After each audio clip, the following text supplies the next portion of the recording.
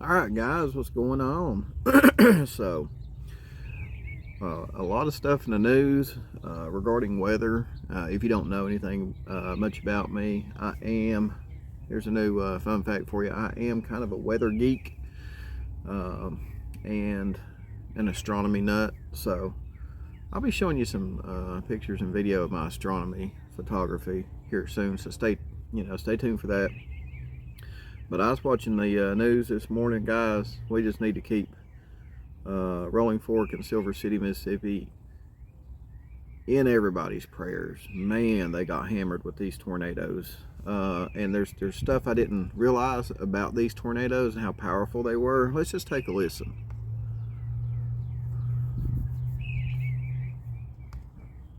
So let's get an update on this now with News Nation meteorologist Gerard Bailey. We just heard Ryan Bass giving us that update from the ground. What is still to come for that area? I'm so glad to say at least the risk that we have coming tomorrow is going to be nothing like what we saw. Last night was the height of it. But still, there's going to be some residual risk. Let me see if I can find it here. He was talking like there was debris. Sorry with the allergies, guys. Debris as high as jetliners that this tornado kicked up in the air. Let me see if I can find that. Man, that's just unreal, guys. One that we know of, the big tornado number one, and then that continued to head in. Those winds hitting Silver City eventually as we move it into around 8:30, and then eventually this first tornado lifted. It eventually dissipated, but we could see debris on radar. Here it is moving into Rolling Fork. That blue spot right there is debris. That's the tornado is just absolutely chewing up and lofting into the air. The amazing thing is how high it lofted it, 40,000 feet high. We're talking above where most commercial jetliners fly. Wow, guys. I mean, that right there, just that statement alone right there, to send stuff that high in the air, it gives you an idea how powerful these tornadoes were. And it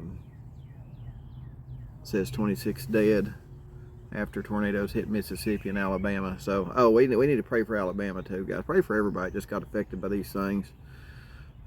Spring is supposed to be a time for, welcoming in warmer weather. The flowers are blooming, the trees are blooming, just new life everywhere. And then, stuff like this happens. But a lot of times in the spring or fall, when you get these, seasonal changes, stuff like this happens.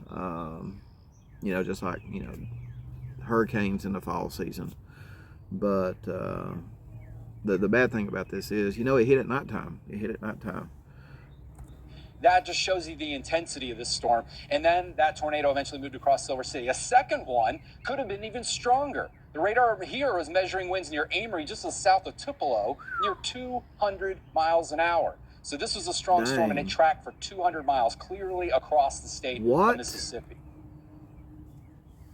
This tornado tracked for 200 miles. Good. Dang. Let me repeat that there. Measuring winds near Amory, just to the south of Tupelo, near 200 miles an hour. So this was a strong storm, and it tracked for 200 miles clearly across the state of Mississippi. Natasha. I can't believe debris 40,000 feet in the air. It really helps tell the story. We appreciate it. Gerard Bailey, live for us in studio. Thank you. Thank you. Golly, guys, 40,000 feet and 200 miles that thing tracked. A lot of destruction, guys, a lot of destruction. So, if you're able to help, definitely reach out to whatever organizations are down there helping. Like I said, it's coming up, spring's starting, and everybody's just, like me probably, and just excited about, spring getting here and this and that, and then all of a sudden this happens. It just turns everybody's life upside down. A lot of loss, a lot of property loss, a lot of lives were lost apparently too. So I mean, what I'd like to do is, just use my platform. If any of you guys can reach out to whoever's helping down there, send water, food, clothing, whatever. Just help them out if you can. They just everybody, it's what we do. When something like this happens, we come together and help out. So, but I'll be back on here later with some other news.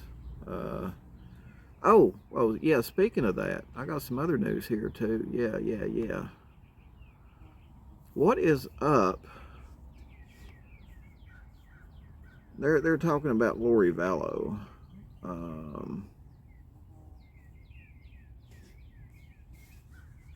Well, I guess Lori and Chad's trials coming up and all that stuff. But I see a news headline here that says, "Will Lori Vallow's appearance impact the trial?" Let's listen to this. I don't know what the deal is with her appearance, how that would impact the trial, but let's just take a listen here and see what they say. I mean, I don't think appearance got anything to do with it. I think her actions have everything to do with it. Is that a stupid question? And I ask that not to be flip. I actually ask it because it matters, and it really, really matters when it comes to women who sit at defendants' table. For this, I want to bring in Holly Coleman. She is the co-founder of Wall Street Prison Consultants and Pink Lady Prison Consultants. She spent 15 months in federal prison and 2 months in solitary. So a couple things I want to cover with you. And by the way, I just want to go ahead and let everybody know, if you haven't already found out, Lori is not getting a death penalty. So, and I probably knew that, because a lot of states, they just, even though they do have it, they just hate doing it. They do. They just despise doing the death penalty. But that's, that's for the state to figure out. The states to figure out. I don't know what's going on there, but yeah. And then again, if you do get it, it takes them 40 years to carry it out. So, I mean, a lot of times these people, probably 80% of the time these people die in jail before they get, executed. So, let's take a listen to this. Her appearance. To you, Holly, and that is that it is no secret that women across the country in jail lockups don't often get access to normal cosmetics and hair care. And while that may sound silly, they look very, very different than they would look out on the street, and that can have an impact on jurors. So I actually do think it's important. Talk to me about the value of how an inmate gets into court for her trial. I can tell you, if I was a juror, I wouldn't try to put appearance on too much of, a defendant or whatever. I mean, I've seen many people that look really good, really professional. I mean, just look at, what's his name? Golly, Murdaugh. I mean, BTK. None, these guys don't look like your Charles Manson. You know what I mean? So, myself, I wouldn't carpenter these guys. I don't know if I'd give too much emphasis on how somebody looks that's on trial. It's the actions of the individual that I would be more focused on. If she doesn't have, something to get rid of the gray or the roots or the frizzies. You do it the old-fashioned way, the old jail way. So when you're in solitary, and I presume that she is due to her classification level, but she still has access to pen and paper or pencil and paper. The pencil is going to be used for highlighter. She also will have magazines that she'll be able to thumb through.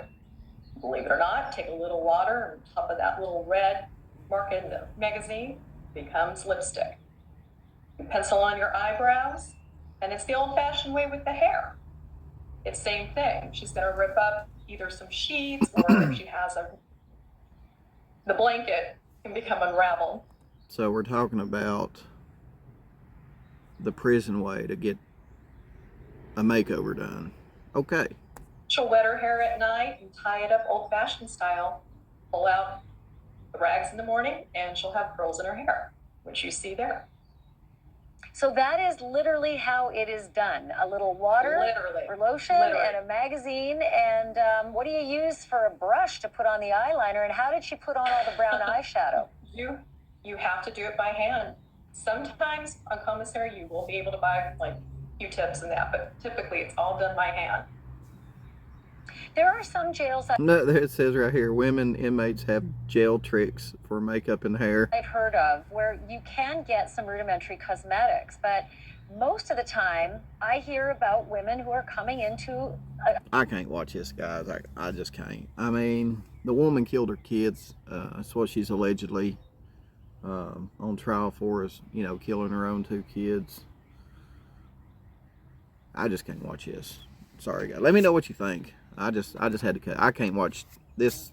Yeah, when you've got a woman that's on trial for doing away with her two little kids, and all they've got to do is talk about lipstick and makeup, and I don't know, guys. Anyway, pray for I guess that's what I get for getting sucked in, huh? Pray for everybody in Mississippi and Alabama. If you can, reach out, help them. Reach out to some organizations down there, help them. You know, do what you can, whatever, just or just pray for them. But let's stick together. Those are some beautiful states down there. Very photogenic states. Probably not very photogenic now. So just keep those guys in your prayer, and I'll see you guys later on in another video. Peace out.